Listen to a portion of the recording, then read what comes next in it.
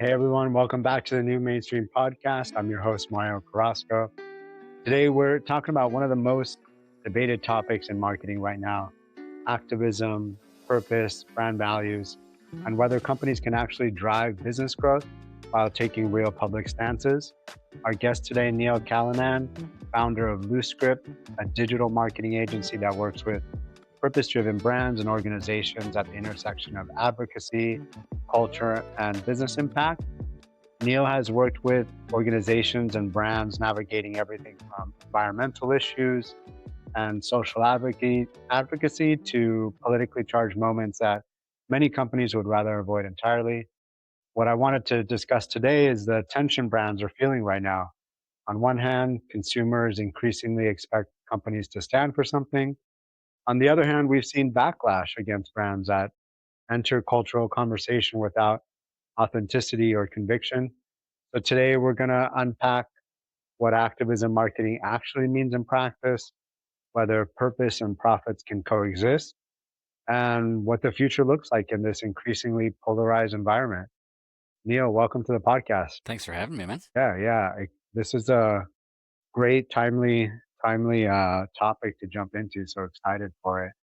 Yeah. But before we jump in, would love to talk about your journey. How did you get into advocacy marketing? Is this something you always wanted to do or kind of fell into it? Yeah, it's a great question. I- I've been running LooseGrip for almost 18 years, and over the course of those 18 years, our focus has accidentally narrowed a lot over the years. So rather than sort of traditional digital marketing, full stack kind of thing, a lot of what we ended up doing was helping brands figure out what was working about what they were already doing and what wasn't working, kind of at scale. And in a lot of ways, brands who frankly were too big to hire a small shop like ours to kind of lead their full messaging efforts. So we kind of came in the door through this analytics space and through understanding performance. And then, over the last couple of years, we really had some narrowing even further of our focus. And one of the things that we realized was that our model, our framework, works really good for brands who are trying to do two things at the same time. And so most often that looks like selling stuff and then also doing some good.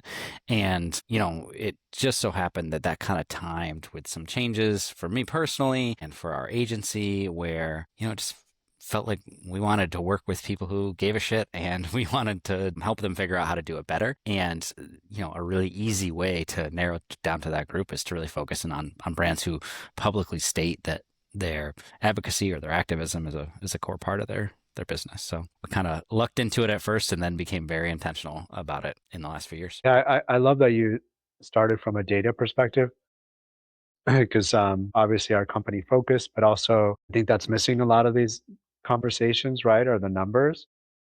And then from an entrepreneur perspective, I do believe the phrase, riches and niches, right? So I think it's kind of cool you focus because I think entrepreneurs, some tend to be want to lean towards being everything to everyone. Yeah. So from an entrepreneur perspective, I mean, have you seen more growth in your agency once you kind of narrowed and defined that focus versus kind of be generally analytics maybe when you started? Yeah, I would say we, the from an entrepreneurial standpoint, I think I agree with you fully in that, niching down is kind of the recipe that leads to a lot of success. In the agency space, there's a lot of pushback to that. That's I think pretty ego driven, honestly. Like you're sort of having to accept like, no, we're actually not the best at, I don't know, paid media or SEO or whatever.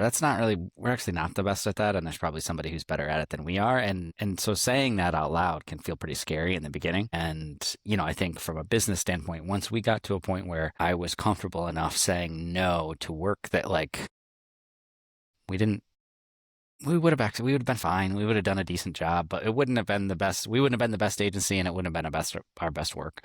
That kind of changed how we enter conversations with prospects and how we enter conversations with people in our biz dev pipeline. And So in a lot of ways, we are more willing to push people to other vendors, other partners, other agencies. And at the same time, I think that frees up a lot of cycles of like trying to convince yourself that a partnership or a client or a project is right for you. When you're paying the bills, it's very easy to convince yourself that something's the right thing to do. And I think over time, I've just gotten better at kind of understanding that instinct is actually really strong. Like I have a really good gut reaction now to the types of folks we want to work with. And I just have learned to trust it. I always had the instinct. I was just maybe too afraid to actually follow it. Walk me through that. What does that checklist look like for like the type of clients you work with? You know what's funny is I would say I've taken less of the practice of trying to systematize it and more of like literally just taking my gut reaction for, is this the kind of people we want to work with, and can we do good work, right? Like your first interaction is kind of everything. And I say this when we're hiring as well. I sort of say like, hey, listen, you're going to have a lot of time to convince ourselves that this person is the right candidate for whatever job we're trying to have. But you have one initial reaction. And a lot of times that initial reaction is actually the right reaction. And then you spend the rest of your time convincing yourself otherwise. Just as how does somebody make you feel when you jump on a video call with them? And I would say that holds true for prospects, right? Like it's a vibes thing that I think is maybe not scientific, but doesn't make it less valuable, right? It's like, how exciting do they seem psyched that they're like getting to work on this project potentially with you? And do they feel like the kind of people who are going to be exciting to work with and fun to work with? And there's going to be mutual respect, and there's going to be like the tenor is going to be good. Like we joke that like one of our goals is to make our client interactions the best meeting of their week and the best meeting of our week.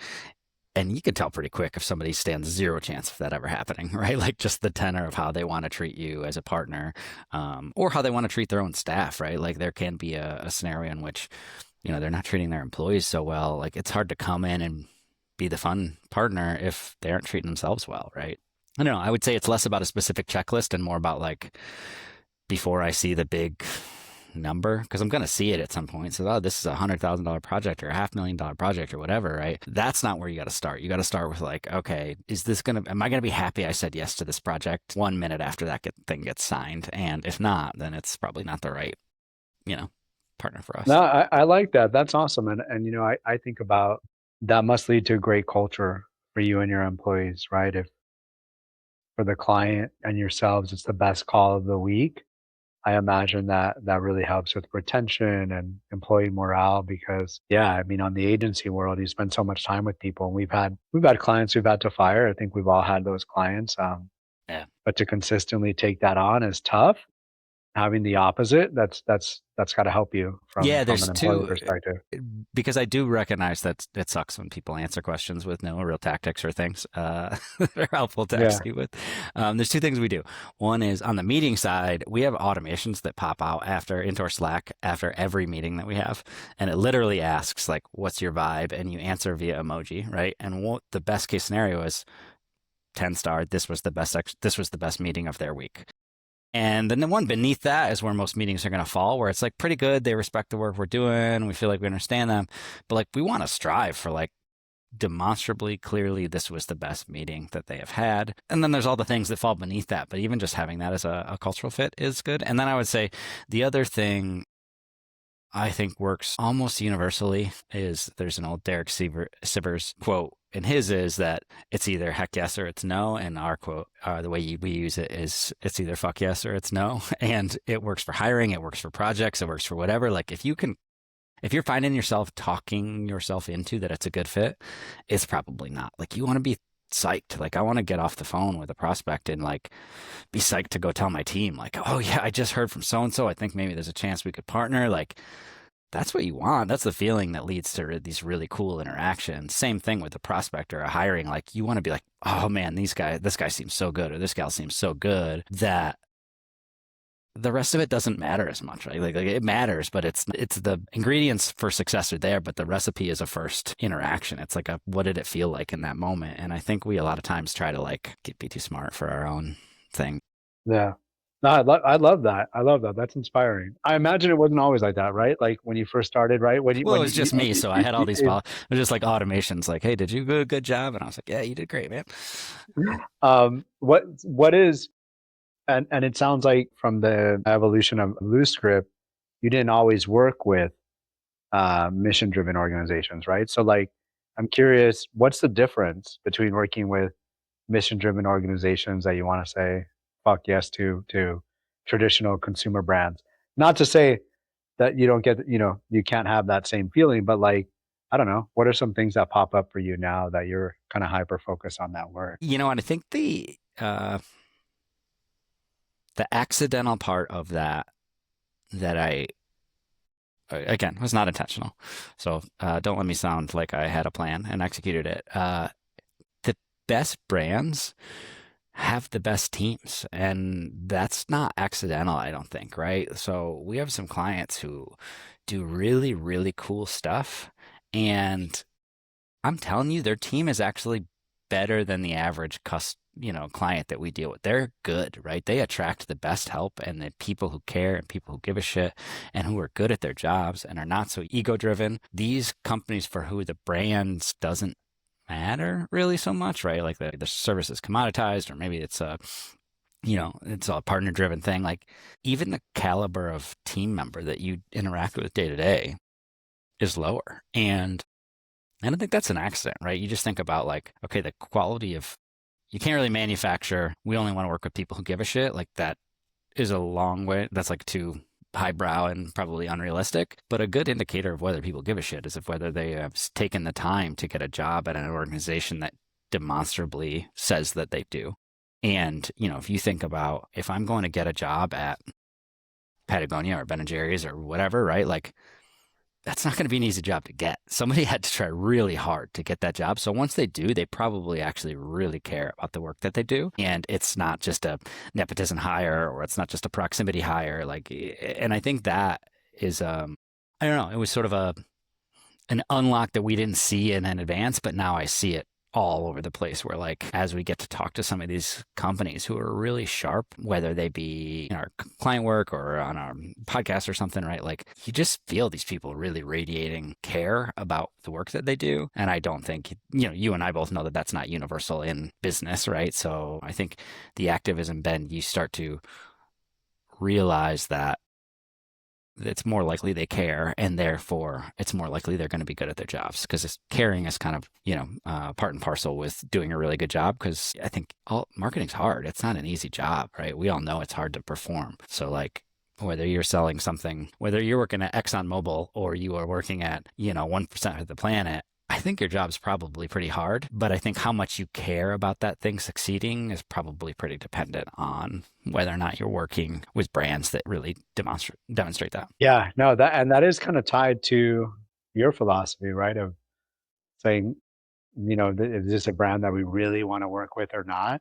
The flip side of that on the brand side, it's like, I mean, it's not only a company thing, but when something aligns with your values and it's difficult to do that. We know that in corporate America. Yeah, you're attracting really good talent. I mean, that's something I haven't really thought about, but you're right. I mean, I'm thinking of brands like, I don't know, like Lush. I don't know if you're familiar with Lush. Yeah, we actually interviewed Lush last week. I think there's an episode coming out. Yeah, fantastic brand. I'm not a user, but my my kids and my wife, Same. like loves it. So I'm in that store more often than I'd like to admit. But for for a retail consumer facing place in the mall, like their customer service is amazing. Something that you're not typically getting in a mall setting. And I think part of that is like the people there really believe in the brand. They do a good job of, I guess you're weeding out people also that may not care just by how you position yourself in the marketplace. Yeah, we actually interviewed this guy Seth Laxman, I think, on our podcast where we were.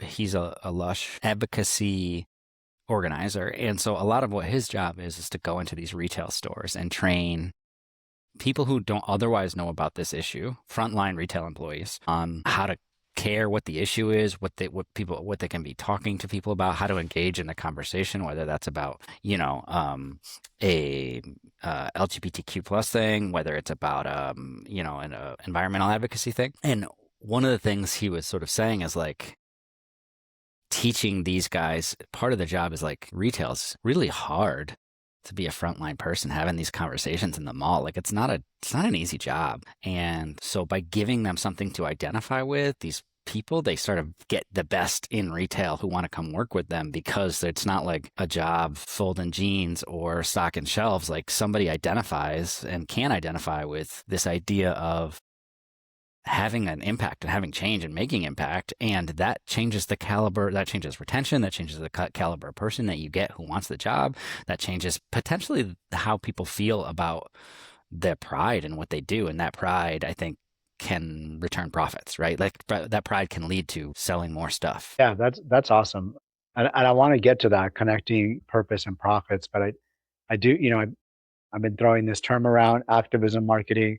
I don't know if that's the term you use, but how do you define activism marketing? I mean, I think I have an idea of it in my head, but how do you all think about it? Or is there a different term you use? I would disconnect the two, right? I would say like if it's activism for marketing's sake, then it's probably not very good and is potentially a little virtue signaling. I think it's marketing of activism rather than activism marketing, right? And so, like, we want to help brands who are doing cool stuff already, care already, have a mission already, have an imperative to do good in the world, and maybe that's in a sustainability context or an employment context or a um, systemic racism context, whatever it might be, right? I think we want to help them tell the stories of those issues in a measurable way so they can see how it impacts their bottom line. And so I guess in a lot of ways, it's like maybe mission driven brands is a better way. That's how we typically talk about it internally rather than like activism marketing. We talk about brands who have a mission and they can state it and they will likely all state it the same way, right? Somebody like Ben and Jerry's will talk about their mission. They change the world by selling ice cream, right? That's their goal. Or, you talk about the different ways that people will articulate their mission. It it needs to be core to who they are and how they identify. And then the marketing is a big part of that, the measurement, the data, all the stuff. But like, I don't know. As you know, and as most people know, virtue signaling is as much of a risk in this space as anything else. And when I hear like activism marketing or I hear activism content or messaging, like a lot of times you're thinking of like the brand who's got like the multicultural high five on Martin Luther King Day, or the like picture of the person of color during XYZ holiday month, right? Like that's catering to a message, but the mission I think has to be kind of core to who they are, whether or not they're talking about it. In some cases, maybe they're not. Lush is a perfect example.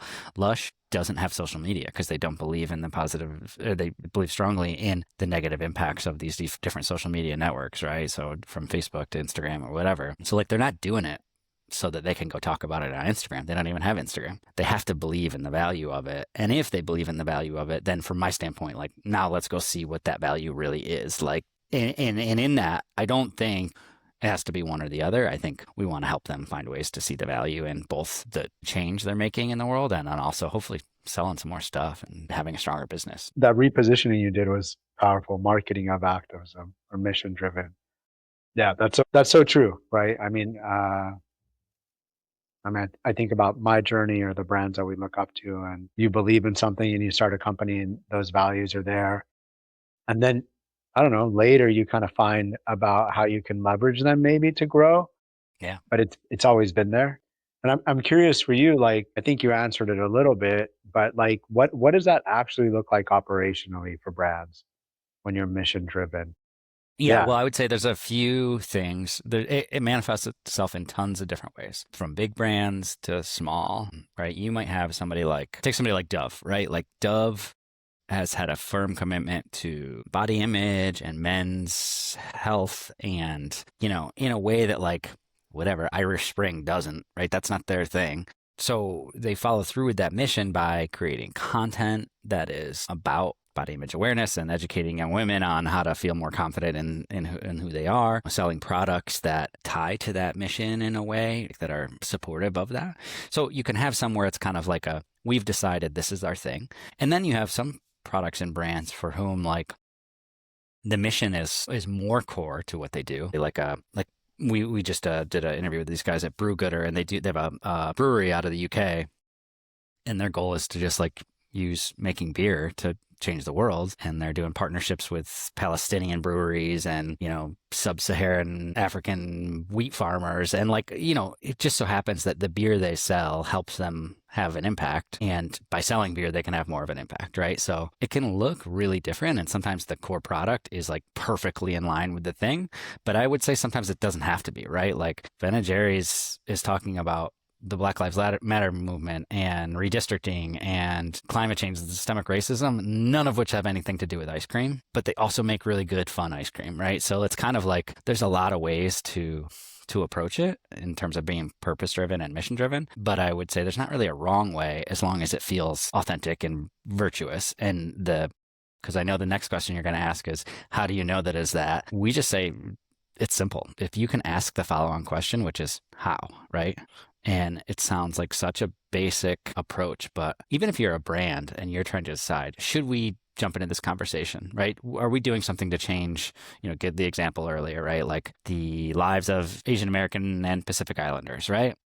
Okay, yes, you're supportive of them. And if the next question is how, if you don't have an answer, then you're not supportive, right? You're virtue signaling. You're just saying it because it's National Asian American and Pacific Islander Day, right? Or it's, Black History Month, or it's National Nurses Day, or whatever, right? Like there's a thing you can jump behind all the time. But I think the indicator for us that a brand is kind of, acting on what they believe is like they'll have an answer to the how, and the how is going to look different every time, right? It might be through education, it might be through financial support, it might be through activism and advocacy and policy change, right? But they have a how, and if you have a how, then it's kind of, to me, feels like, okay, well now we got something to work with, right? Because then I can say, okay, well let's measure how that how is working and see if it's working better or worse than it was last month. Yeah, and that gets me into a little bit like I want to get a little bit into the weeds. I'm just curious, like what an engagement looks like, right? Does it start with a company coming to you? Maybe they're mission driven. They're thinking about doing something for AAPI month and they want to run it by you all. So are you setting up new ways to market the activism they're already doing? Are you helping them measure existing? Or is it like all of the above? I was just thinking as you were saying that, what we should have is a form on our website that's like, if you're interested in blank month, then we're probably not the people for you. No, it's a great question. So everything we do comes through the lens of measurement, or at least everything we do well, I would say. So at LooseGrip, that typically looks like we take people through this framework that we've developed, and that starts with a survey where we go out and we just make this fun, tried not to be terrible survey that we have them send to as many people who touch marketing in their organization as possible, from leadership down to people who are creating Facebook visuals, right? Like a 22-year-old who's cranking out Facebook visuals using AI. So we start there with a survey. And then as a follow-on to that, we take that information and we build out this workshop. And typically, there's two reasons I like to start with workshops. One is that it provides us an opportunity to kind of help them play a role in the shaping of whatever recommendations we have. I like get a feel for them of like, hey, this is who we are and who we want to be and how we're going to measure it. But they dictate that, not rather than we dictate it. What those workshops oftentimes look like is literally us coming and saying, here's everything we could measure, right? All the things. If we were talking about our activism or selling our thing or our ice cream or our mission, what would be most indicative of success? And we go through this process where we're honing down the different metrics that are associated with any of these actions. And then we really try to simplify it, right? So in our world, simple wins almost every time. And so we will try to get them to having maybe 2 or 3 categories of content. So when I say content, I mean anything to do with marketing, email, events, social, web, all the things.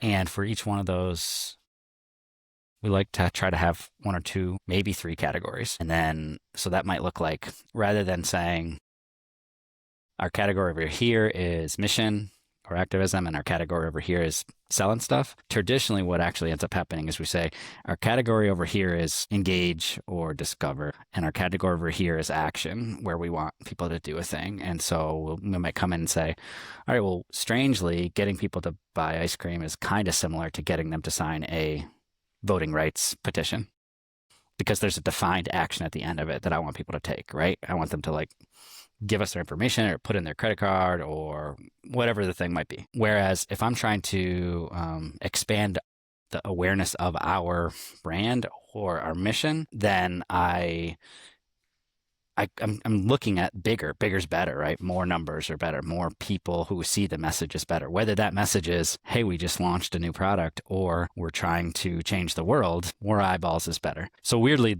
those two categories might have a whole slew of types of messages in them, but the objective is the same each time. So a long-winded way of saying we build a framework, that framework has objectives in it. And we're going to make sure that every piece of content or message or creative that they have fits into one, two, or three categories. And once we get that in place, what I generally do is I say, okay, here's our action category. Let's come up with every way we could measure a successful action. Come up with 50, and then we'll peel it back to 10, and then we'll try to peel it back to 3. And then if I'm lucky, we'll peel it back to 1 or 2. And we might say like, oh, this is just a Google Analytics metric like revenue generated. Great. I can tie that all the way back to tweets and to Facebook posts and to emails. It's generally not going to be that simple, but like that's where we're trying to get. We're trying to get to saying like, all right, I want to reach as many people as possible. So maybe that's when I actually care about reach, right? Or I'm trying to educate as many people as possible. So I need to look at things like video content consumption and time spent on page and how many subscribers we were able to retain. I'm bucketing all the different potential available, like nitty gritty web metrics into these broader categories. And by doing so, it really simplifies the process of measuring. And then from my perspective, the goal is I can now measure the success of your values work, of your mission work, of your advocacy work, and the success of your day-to-day generalized product brand marketing work. And I can measure them with the same tools at the same time, and therefore they can learn from each other. Because I think one of the big sort of challenges we see in the space is that these teams actually don't spend as much time talking as you would think. And so like the purpose folks and the mission folks have their ways of measuring success. And then the people who are pushing product or selling a thing, they have their ways of measuring success. And my goal is to basically go through a process that gets them all on the same page. And if we get there, then it really like it's a sort of a flywheel effect. I can go, oh man, we got to do more of this and less of this and more of this and less of this. And it's just an exercise doing so. But to get there, you kind of have to get everybody on the same page. And my general hypothesis is that the only way to do that is to have them play a role in dictating what the framework's going to be in the long run. Yeah, that's awesome. I mean, I think I'm just a huge fan of your approach of starting with KPIs. It's something that's missing, right? I mean, we're in the research world. We always get the pushback of, our message is like, if you're going to do market research, you need to do it to diverse audiences because that's the growth audiences. And I think the pushback there is like, people think it's like a nice to have. It's like, well, yeah, we have the budget. And it's like, no, this is where the growth is coming from. We're not saying it's a nice thing to do. We believe it as a company, you should, and all voices should be represented. Yeah. But this is about money. This is about growth. And our mission so happens to be about representation.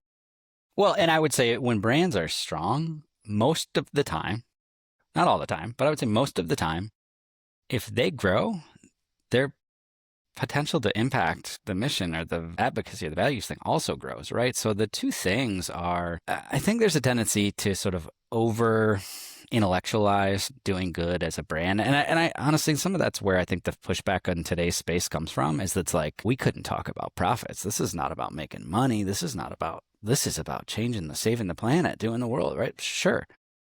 But why can't it be both things? And what we see in a lot of cases is that the people who are most active in a brand's mission are also their best customers.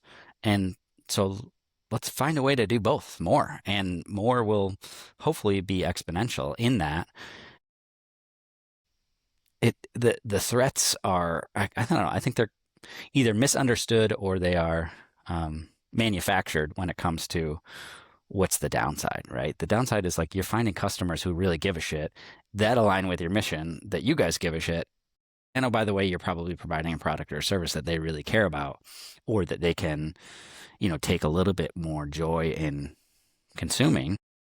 And that's where the magic happens, right? It's not in like living in this highbrow world where you are doing good on this hand and that team only does good and all they focus is on how many trees they've planted or how many whales they've saved.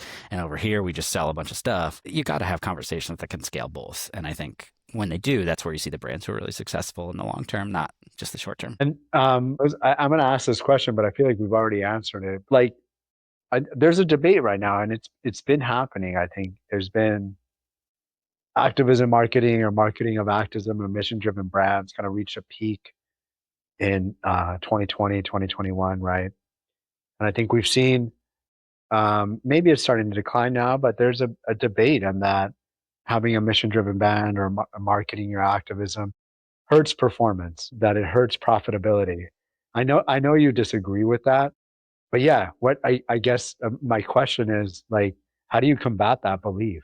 Yeah, I There's mean, a narrative I'll out say there. I do very much believe in that. And I believe that it's not 100%, right? Meaning, like, yeah, there are brands who shouldn't jump into conversations because either they're not, well suited to have the wherewithal to have a tough conversation, or it's a misalignment with what it is that they sell, right? So, like, yeah, I don't think So Exxon. I mean, and I think we agree with this, right? Not everyone needs to be mission driven, right? No, and I don't think that. I'm wondering if I believe this. What I was going to say was I don't think mission can be driven by marketing, and I think I believe that to be true. Marketing can drive the mission, but it can't choose the mission. Leadership has to choose the mission. And so if as a brand, like this whole thing is a marketing idea, it's the wrong thing, right? Like it has to be a part of the mission that is core to who people are, right? Like to who the brand is. And I would say that the things that we look for are data that tells you about that experience. And there's two things we look for. One is we're always in search of this like halo effect. The easiest way for me to define the halo effect is like if I'm in one place and I'm talking about something that's very mission driven, it's advocacy, it's activism, it's whatever. I can see how that post works towards the objectives that I talked about before, right? So maybe the objective was get more people to understand how redistricting is affecting voting rights. Well, I can gauge performance of that.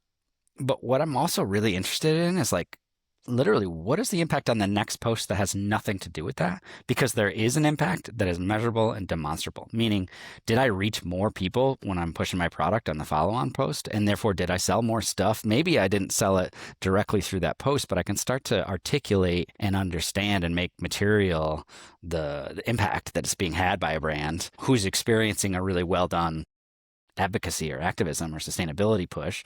And that is like a true sense of building brand equity, right?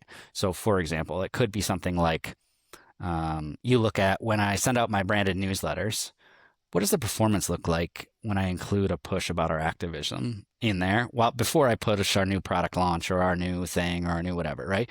Do I get different open rates? Do I get different click-through rates? Do the visitors who end up coming through the link that said sign our petition, do they end up actually buying something, right? Like a lot of this stuff is trackable today if you can come up with the mechanism to track it. And so I think one way to determine whether or not it's the right thing to do is go see and investigate the actions. Because the more you do, I think the more you have an idea of why it's worth doing and why it's worth like having those conversations. Secondarily, I would say like, sometimes the being bold is really scary. The brands who are willing to be bold when it comes to mission have a whole lot less of a hard time being bold in their day-to-day marketing. And that's not an accident, right? Like if you've developed a muscle that is, hey, we're going to take a stance on this issue. We feel like we need to respond to whatever, the war in Iran or some issue related to global warming or a policy decision. If you feel like your brand needs to have a voice and talk about that, then it's probably not that hard to crank out a TikTok video that doesn't go through too many legal review cycles and get totally watered down by the time it hits market, right? So building that muscle memory for being bold, saying things that people are going to have an opinion on, saying some things that people don't like, I think frees up accidentally a lot of these brands to also have conversations on non-activism, non-values things that are a little bit more opinionated and fun and bold and exciting because they're not so scared about like everybody liking it, right? Like it's like, I don't know, what do they say with the like a focus group or a meeting of 7 people or more is going to turn any creative idea into something that's not very creative, right? Like, Yeah. if you ask enough people, you get things watered down. And I think sort of having this habit of saying things that are hard to say sometimes and are a little bit scary to say makes it like it's all scales, right? It's all relative. Well, if we're not scared to say we think redistricting is in this format is wrong and it's disenfranchising a whole swath of the community, then it's probably not that hard to say like, check out these 7 boozy summer recipes or whatever, right? Like that's Yeah. not going to be that scary, right? Oh, that's so true. And I'm thinking about, so we recently, well, not too recent, but somewhat recently brought our marketing in-house. We used to outsource it. Felt a little bit weird doing that, given that we're mission driven. And I think I felt weird because there was a slight disconnect. That was our fault, between, I don't know, the values there of the marketing company that we use and ourselves, right? But I'm saying this because we did a whole campaign, or we've been doing a campaign on Los Angeles for a couple of reasons. One, we realized there wasn't that many brands talking about the huge opportunity that Los Angeles represents the next 3 years. And we have the World Cup, Super Bowl, Olympics. From a demographic perspective, we're kind of leading.